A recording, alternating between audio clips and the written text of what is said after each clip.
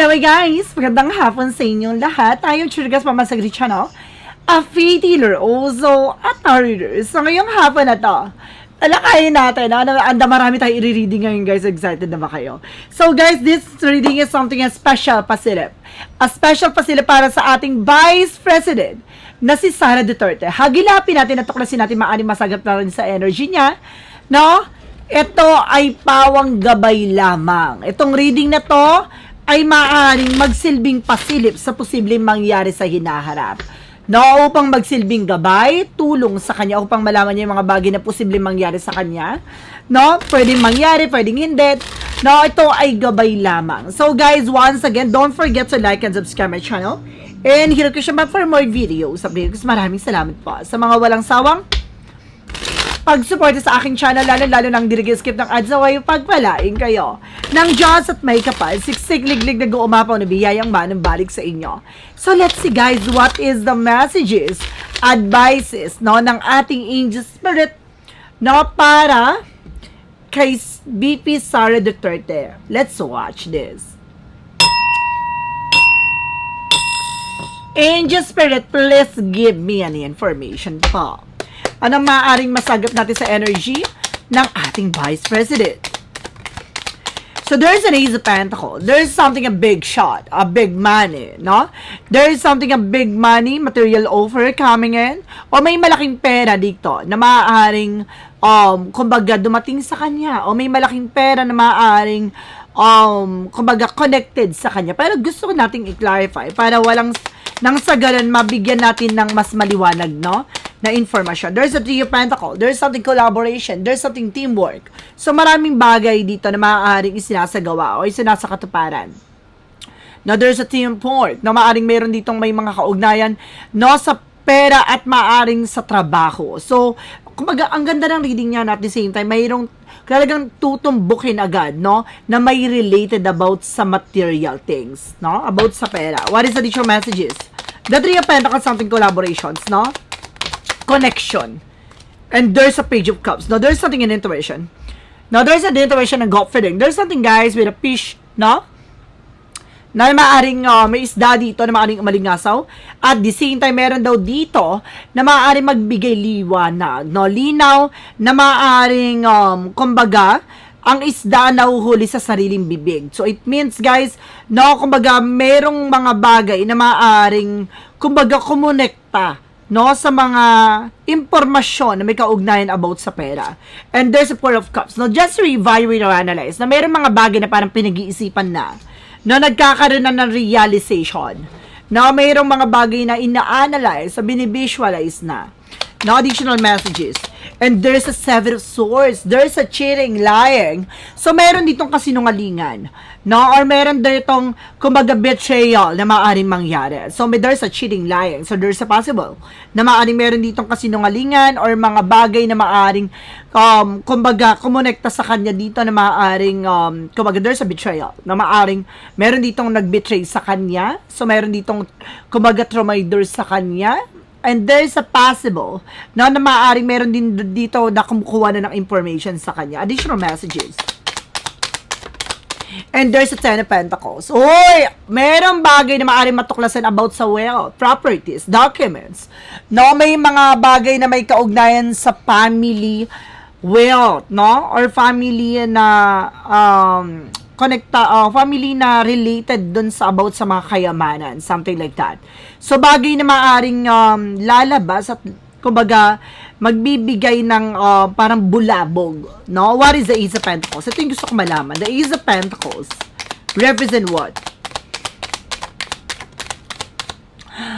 Oh my God, there's a shadow side. Nakita niyo yan? There's a shadow side na ito yung malaking pera na maaaring, kumbaga, no, na maaaring sumilaw sa eksena or nasilaw sa pera. Or maaaring itong pera na to, no, ang magbigay ng multo, no, or magsilbing multo sa hinaharap niya. So, ibig sabihin, mumultuhin siya nitong malaking pera na to, na may tungkol sa nakaraan na maaaring ngayon ang magsisilbing multo upang, kumbaga, ano siya, no, parang matakot, no? Nakita niyo yan, there's a shadow side na parang, kumbaga na ano siya, nasisilaw, natatakot siya, something like that. Yun yung bagay na maaaring konektado sa malaking pera. There's something a Knight of Pentacles. Knight of Pentacles being security. So, meron dito guys na parang pilit na ipinagtatakpan or pilit na itinisecure no, about sa isang collaboration, no? Something teamwork, na mayroon talagang about sa parang pinagtutulong-tulungan na, no? Na para mabigyan ng, kumbaga, security. What is the Page of Cups? The Page of Cups represents the Page of Pentacles, something invest wisely. So, mag-ingat siya sa mga bagay na kanyang gagawin. So, may mga plano siya dito na kailangan niyang pag-ingatan. Kasi, meron ditong parang aalingasaw, no? Na maaaring mahuli sa sariling bibig, na maaaring mag-fit, no? Or maaaring tumugma sa kanya. So, ano yung bagay na yun na kailangan niyo pagkaingatan? No? Parang, let's see what is the Four of Cups. There's something, a Five of Wands. So, nagkakaroon siya ng realization and confliction, that inner conflict. So, there's a possible na yung stress na siya ngayon. No? Nagde-depress siya sa ngayon. No? Nagkakaroon siya ng inner confusion or inner conflict nga, diba? Kumaga, naguguluhan, natatakot, nangangamba, no, nag-iisip na siya kung ano yung mga bagay na to, ganito, ganyan. So, parang naano na siya, no, na full frustrate. What is the Seven of Swords? What is the Seven of Swords? Ano tong kasinungalingan na to? And there's a Ten of Cups. Now, there's something, guys, na maaaring related about sa family. So, meron ditong about sa family related na maaaring, kumbaga, may kasinungalingan na maaaring malantad or malaman. The Seven of Swords, something sneakiness. So, meron ditong isang pamilya, no, na maaaring, kumbaga, mag-betray sa kanya. So, tumaydor sa kanya. No? What is the Ten of Pentacles? Ten of Pentacles represent with the Knight of Wands for slow and steady. So, may mga unti-unti nang lalabas na issue regarding about sa family wealth. No? Sa kanilang mga tagong yaman, sa mga yaman na lang, kumbaga, pasabog. Sa ganan. What is the Ace of Pentacles and of course the shadow side? Represent, guys, with a Knight of Swords. So, tulad ng sinasabi ko, na may kaugnayan sa malaking pera, malaking bagay na to, na maaaring nagsisilbing multo sa ngayon sa kanya, na natatakot, nangangamba, na maaaring parang ayaw niya nang lumabas ng kanilang tahanan. So, there's something, a Knight of Swords. Very frustrated, no? Very, something stressed, depressed. Ganun ang nangyayari sa kanya ngayon. So, maaaring may mga part dito na nangangamba, natatakot na siya. So, let's see what is the King of Pentacles and the Knight of Pentacles. Represent, guys, with a Four of Swords, something a rest or intuitions. So, kailangan niya na ng pahinga dito, guys. No, merong bagay dito na maaaring nagdadala sa kanya, no, na there's something na possible na kumbaga may mga tumatakbo na sa kanyang isipan, no? The Four of Swords, something an intuition, no, instinct, na maraming gusto siyang gawin, no? May mga plano siya dito na parang nagiging aggressive with the other side, with the other half, na maaaring nagiging aggressive siya as of now ngayon. Parang dahil sa nalaman or dahil sa impormasyon na nalaman niya, maaaring kumbaga meron siyang plano. What is that for? What is the Page of Cups? Because the Page of Pentacles. There's a King of Wands, something a vision. Na mayroong bagay dito na parang unti-unti nang makikita yung bigger picture. So, mayroong bagay talaga na maaaring magdala dito upang makita ang totoong mukha ng eksena. So, meron talagang tao na maaaring maghubad sa eksena nila. Ganon. What is the Four of Cups? Or because the Five of Wands represent, guys, with a Ten of Wands, something burden. So, sinasabi talaga ng ating baraha na nagkakaroon siya ng realization and inner conflict, no? The Five of Wands, there's something at Ten of Wands, something burden, sobrang bigat. So, unti-unti na talaga nilang, kumbaga, na nararamdaman ang bigat ng sitwasyon. So, may mga bagay na pinag-iisipan nila kung paano nila malulusot, paano sila makakaalis sa situations na to. What is the Seven of Swords? Because the Ten of Cups. And there is an Ace of Cups. Now, meron ditong very something na parang devoted sa kanila. no, sa kanilang family, no, na maaaring there's a possible din na maaaring mag-betray sa kanila. No, it's all about lying, cheating. So, kumbaga, there's something na gusto ko i-clarify with the other side. And there's a fifth sword. Babae to.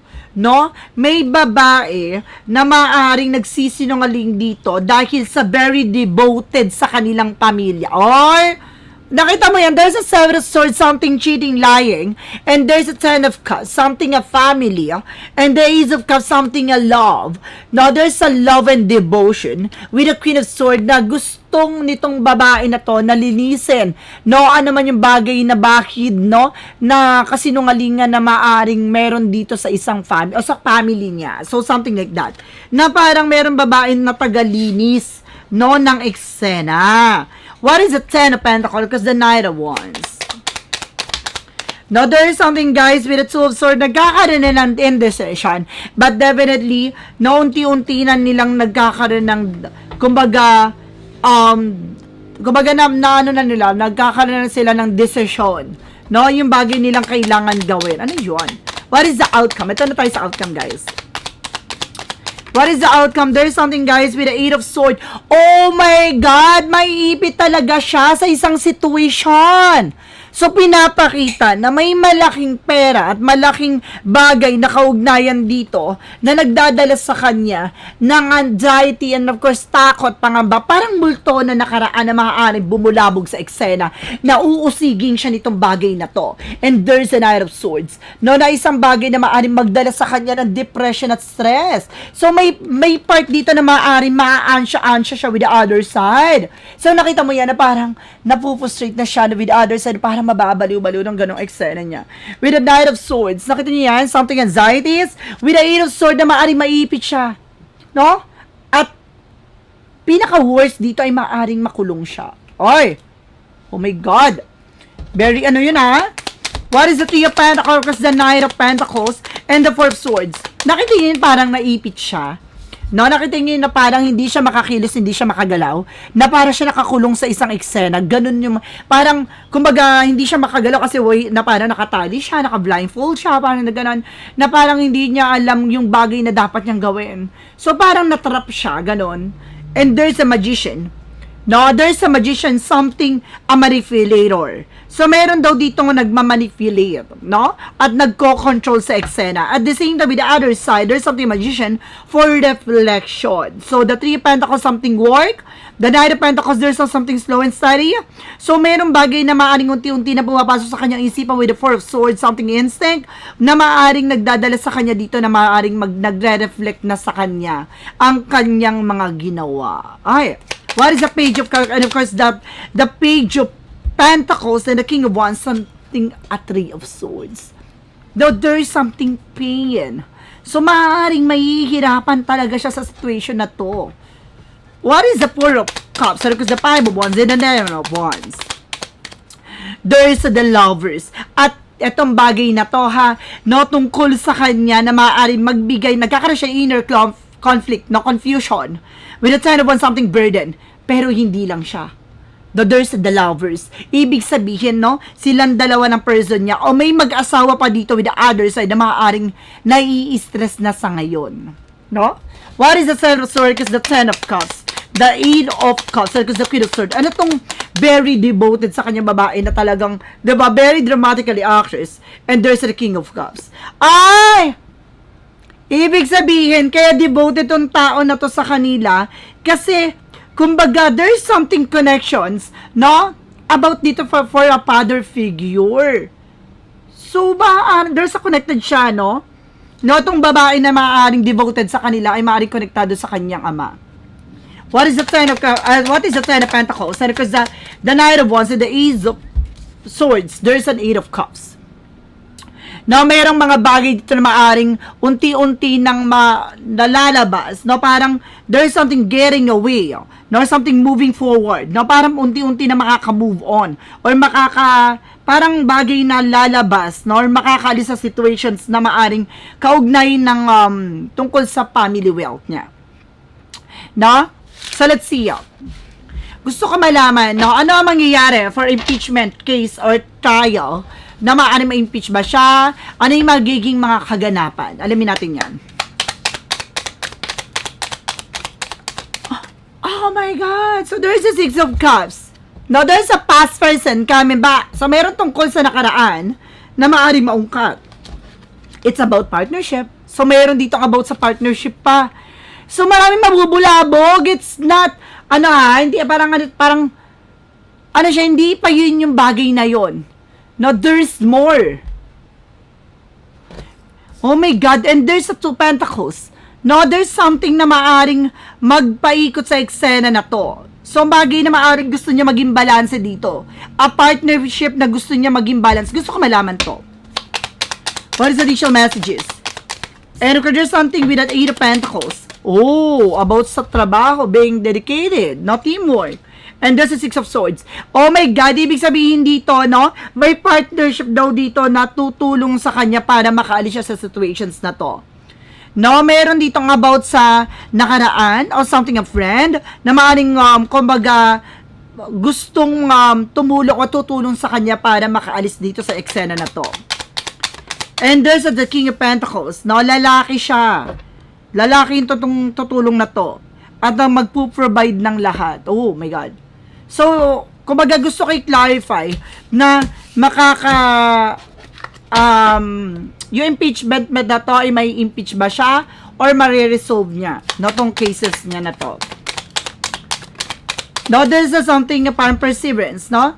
Kumbaga tuloy-tuloy ito no? Kailangan, kailangan niya mag-check at the same time. So, sa ginagawa niya. And there's a Four of Wands. Oh my God, there's a possible yes. No, na maaaring ma-impeach siya with the Four of Wands, something in event. No? And this is the Queen of Cups. No, meron ditong dramatically actress. Meron dito, guys, no, nasisense ko, no, na pag nalalapit na ang impeachment niya, meron ditong, kumbaga nasisense ko, magkakaroon ng rally. No? Magkakaroon ng parang, kumbaga rally to, na meron dito magdadaramang babae. Additional messages. And there's a Two of Wands. Malapit na. There's a waiting for ship. Lalabas na yung resulta, no? Kumbaga malapit na lumabas ang resulta kung may impeach o hindi. There's a possible na ma-impeach siya talaga. So, let's see, additional messages. Na itong bagay na to, bago pa mangyari yon, no, na may impeach siya, magkakaroon ng rally, guys. Additional messages. Additional messages. And this is the Four of Pentacles. Now, there's something na protecting. So, may mga bagay na parang pinoprotectionan niya. Na the Queen of Pentacles, being parang, kumbaga, pinapangalagaan niya yung mga bagay na hawak-hawak nila. No? Ano man yung bagay na yun is sa power, money. What is the shadow work of and what? Nandito na tayo sa shadow work. Susunod natin dito si, it's either si Madriaga, nung extended reading niya, or either si Amy Marcos. No? Next na natin siya. What is the shadow work of and what? Kaya abang-abang kayo dyan, guys. Marami tayong pasilip dito. No, don't be miss. There's a shadow work represent with the unknown. Surrender. No? Oh my God, may bagay dito na maaaring may isusurrender niya talaga. Bibitawan niya talaga. No, there's a possible din na maaaring umalis siya. No, kung dito tataka sa alis to. No? And there's a clarifying for a life situation. Parang may alas something like that may ano may yun din, may flower, at the same time, meron dito squid, no, na parang pinapakita, no, na talagang, bagay na merong, matutuklasan, no, clarifying for a life situation, this is something, a small step, the small win, small triumph, the everyday victory, celebrate them, they will take you there. Dadalhin siya, no? Sa kung ano ba niya ba talagang bagay na gusto niya mangyari, no? Kumbaga, mayroong bagay na maliit man, pero darating yung ano na parang magiging mas malawak yon. So, there's a good and bad thing, no? With the other side, with a small step. So, bagay na hinay-hinay lang, no? Unti-unti yan. So, hanggang sa marating na ang rurok ng eksena or tagumpay. Ganon. So, let's see what is the what lies between here future. Ano ito yung gusto ko malaman. What lies beneath your future? Outdated, expired, no? There's a old news. meron talagang tungkol sa nakaraan na maaaring talagang lumalabas pa, no? Maraming informasyon. Oh my God! A situation is about to explode.